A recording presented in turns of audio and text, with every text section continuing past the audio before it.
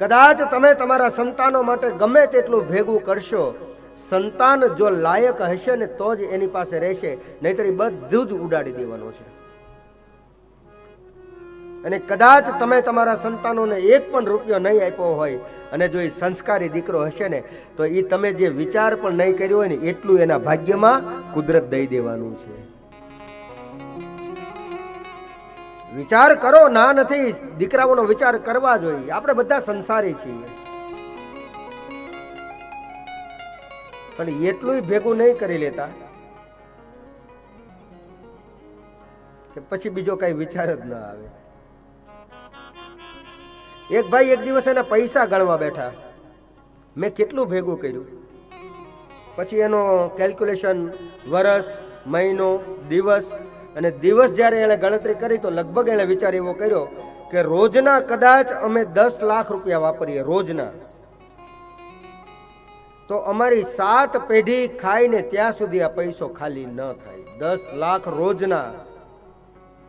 પણ પછી પાછો એને વિચાર આવ્યો કે હજી એક કામ કરું, હજી લગભગ 5-10 વર્ષ છે ને 8મી પેઢીનું કરી લઉં. હજી 8મી પેઢીનું કરવું છે એને. એટલે આટલો બધો વિચાર પછી તમે કરશો ને તો એ પછી આપણા દીકરાઓ છે ને નહીં જતા હોય ને તો અવળા માર્ગે જાય છે, કુમાર્ગે જાય છે.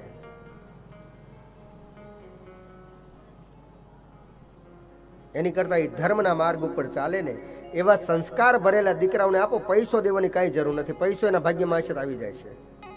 કેવલ દીકરાઓમાં સંસ્કાર આવે. અને આટલું જ મા બાપ તરીકે આપણે વિચાર કરવાનો હોય. અને એક વાત ખાનગી કહી દઉં, જેના ઘરમાં સંસ્કાર હશે, જેના ઘરમાં મર્યાદા હશે, જેના ઘરમાં નારાયણ બેઠો હશે ને, લક્ષ્મી ગોતતી ગોતતી તમારા ઘરનો પતો પૂછીને આવી જશે. લક્ષ્મી ગોતવાની જરૂર નહીં પડે. કારણ કે લક્ષ્મી નારાયણની પત્ની છે. અને એટલું તો વિચારો કે પતિ વગરની પત્ની બારી ક્યાં સુધી રહેશે? એકના એક દી તો પતિ પાસે આવવું જ પડે. તો સંસ્કાર રૂપી નારાયણ જો મારા ને તમારા ઘરમાં હશે ને, લક્ષ્મી આપણું એડ્રેસ પૂછીને આવી જાય છે. આપણે બધા ઉલટી દિશામાં ભાગીએ છીએ, લક્ષ્મીની પાછળ ભાગ્ય, નારાયણ ભૂલાય છે. અને જ્યારે હું ને તમે લક્ષ્મી પાછળ ભાગીએ ત્યારે કહેવાય છે કે લક્ષ્મી ચંચલ છે, લક્ષ્મી કોઈના હાથમાં ટકી નથી, રહેવાની પણ નથી. કારણ કે પતિ વગરની પત્ની કેટલા દિવસ ઘરે રહે? પતિ વગરની પત્ની કેટલા દિવસ ઘરે રહે?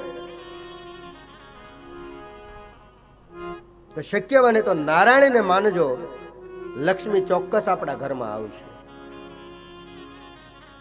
તો શિવ મહાપુરાણની શરૂઆતમાં આવી કથા મને તમને બતાવી છે. અને લક્ષ્મીને મળવા માટે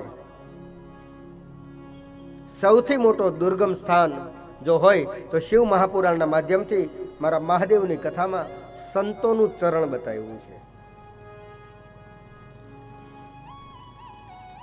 સાધુ સિવાય તમને કોઈ લક્ષ્મી આપી ન શકે. સાધુના ચરણની સેવા કરવી. તમને એમ થાય કે આમ કેમ? તો એક વસ્તુ હું તમને બતાવું. સાધુનું કામ 24 કલાક ભગવાનનું નામ લેવાનું. અને આવા કોઈ સંતનો હાથ આપણા મસ્તક ઉપર પડી જાય તો એ મારું ને તમારું ભાગ્ય બદલી નાખે છે.